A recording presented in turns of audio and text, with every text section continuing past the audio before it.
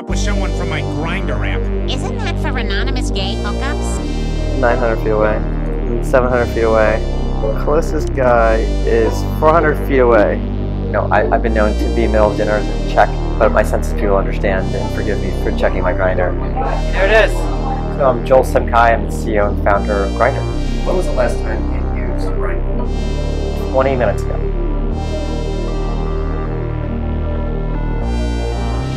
Hi, my name is Siopin. I'm a member of the Smarter Parenting team. I'm also a father and a mental health therapist. Today we're going to review the social media app, Grindr. Now the icon looks like this. Grindr works by geolocation, so you can communicate with people who are in your general vicinity, and as you move, it changes the people. Adults and teens are using this. The news reported a teen using the application to meet men. A growing number of young people are using this app. I rate this app a 0 out of 5. It's absolutely not appropriate for any child to use. The reasons are, for example, the inappropriate content that could be shared, the anonymity of who you're talking to and communicating with. It's a fairly dangerous site and children should not be using it. The more deeper concerns is that the location tells you approximately how far in feet you are from a person. So finding the location of somebody else with this app is scary. It's literally the scariest app ever. It's because I'm 16. I'm like, okay, yeah, whatever. It's probably a bunch of people like me, like, because I just thought it was like a dating site, like a normal dating site. Literally all the people, every single last one, are looking to hook up. There are so many like 50-year-olds. It's so scary. If you're like 65 years old, why would you message like an 18-year-old kid to hook up with them? Like, you can see all the other people that are on the app, and it's all the people like in your area, and it'll tell you how many feet away from you they are or how many miles away. Like, it's so creepy. They'll like say, what's up, hey, and then they'll send like 3 pictures of themselves. Sometimes they're nude, sometimes they're not, and I'll be like, hi, and then they'll be like, oh my god, when you want to hook up, are you free tonight? Where are you? I can pick you up right now, let's fuck. It's like so creepy. Some people like were like, there is no way you can be 18 years old, and I'm like, yeah, I'm 16, and then they'd be like, oh my god, that turns me on even more. I totally want to hook up with you now. Oh my god. Do people actually use this? Like, you would get raped, you would get killed, you'd get tied up, people would capture you, people would never let you go. Like, this is such a dangerous app. You would get so many STDs. I used to know someone who was a trans-identified male who called himself a trans woman and is still known as an activist on behalf of trans rights. He was exposed as not only a sexual abuser of women, but also a serial raping pedophile who groomed young boys through online dating apps like Grindr. Men of all religions, races, ethnicities, and class backgrounds are pursuing underage boys to molest and prostitute through apps like Grindr. Kids sign up to apps like Grindr because they are curious, and mainstream society has groomed them into early sexualization. The instant they log in, they become discoverable to nearby dubious strangers, adult men looking for sex, including their own teachers who have been documented to message the boys first, knowing full well their age. Yes, you are. Police are on the way, okay? Police are on the way. Listen, stay in your car. Do not move from your car. You have just messaged this child, okay? I'm not mad. Stay where you are. Stay where you are. Do not move under the 24/7 Case Act. I'm arresting you till the police officer arrives, and I'll use reasonable force if I have to, okay? They say that this whole thing started out on an app called Grindr, and that is where the suspect in the case reached out to the victim, who we know is a boy under the age of 15 years old. Now, these charges are out of St. Genevieve County, and they don't have any indication that the victim in this case is a student at MICDS. Here's video of that suspect. Fox 2 interviewed him back in 2013 at the school. Richard Ives is not only charged with felony enticement of a child, but also patronizing prostitution, for documents saying that he had the victim take part in a lewd act in return for money. It also says there was other sexual activity between the two.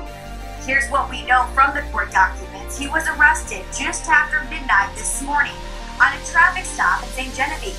Sheriff's deputy says he pulled him over for not making a proper stop. and inside the vehicle he noticed a boy with him who appeared to be between the ages of 12 and 16. There was evidence of a sexual act, and investigators say the suspect admitted there was sexual activity between the two. After a quick search of the minor's pockets, the deputy located 10 $20 bills. According to the school's website, Ives is a fine arts teacher there. His LinkedIn says he's been teaching at MICDS since 1995. Actually, if I'm ever broke and I need a sugar daddy, like I have no money and I'm so desperate, I could just log on to Grindr and make so much money. Like, let's be real here. So first, I found my motherfucking math teacher on Grindr. My math teacher. Let me show you his bio. This is from a 8th grade teacher, okay? Oh, fucking gay. Here, this is what he said. Something about cocksucking, something about prostitution, something about solicitation, something about bottoming, something about Latino or something. I don't know. Here, you can read it for your fucking self. And that's not it. This motherfucker decided to message me on Grindr. He messaged me as a fucking student. Like, I had him, like, what? So he messaged me this. I don't remember what it said, but I'm gonna put it on the screen. Something about, hey, you look like you have a professional picture, whatnot, blah, blah, blah. I didn't respond, because what the fuck? And, yeah, that's really it. Grindr is well aware of their pedophile problem, and I'm sure the data that they've collected reveals much, much more than I have in this short video. Some of the more responsible users of the Grindr app have been expressing their concerns about the high volume of profiles from underage children. However, some of those complaints are from men who don't want to get in trouble and are not made out of a genuine concern for the well-being of minors. Today's video is going to be about the time that my teacher tried to hook up with me. And I was about 15, I was studying physics. For the sake of the video, let's just call him David. So yeah, like, I remember David used to be a little too friendly with the students. I remember, like, the students, like, they used to make like some like sex jokes or like wanking jokes. They were really immature, but anyway, like, I remember, like, David used to like laugh at that and just kind of like hint like dirty jokes back. I was on Grindr at a very, very, very young age. I joined when I was about 14 years old. I used to be actively using Grindr, and I remember this day. I remember this day because I remember opening up Grindr and seeing this message from David, and I remember like opening up his profile picture and then seeing that it's him, and the shock that I had on my face, I was like, bitch, what the fuck? Like, I did not expect that for a second. And bear in mind, I had a profile picture and he messaged me first, so he clearly knew who I was before he messaged me, and for some reason that didn't make him want to block me. I don't know. I think I just said hi back, and he replied instantly like this, literally instantly. And he was like, oh, so what are you doing? And I was like, oh, I'm just studying. The response that he had to that, he was like, do you want to come over? I'll suck your dick under the table whilst you're studying.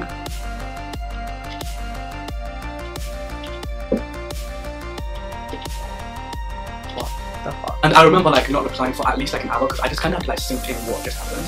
So that was incredibly awkward. I didn't reply. He kept replying like oh, like with question marks and like why aren't you replying? And at that point I was like, you know what, I'm just not gonna off this motherfucker because I had enough. Not only are teachers using Grindr to groom and pursue their underage students for sex, but men in other positions of power are too.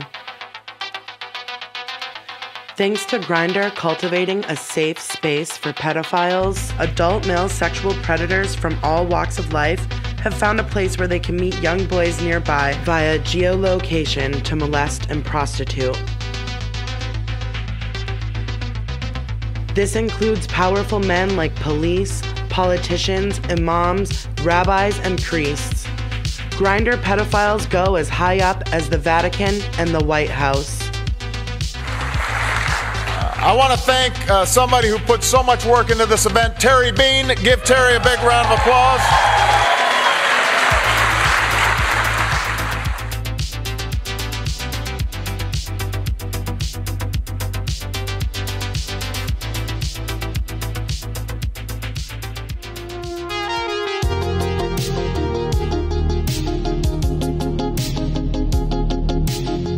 Now, if you learn this application is something your child uses and you're concerned about it, please talk to them. So what is Grindr doing to combat the sexual exploitation of minors through their app?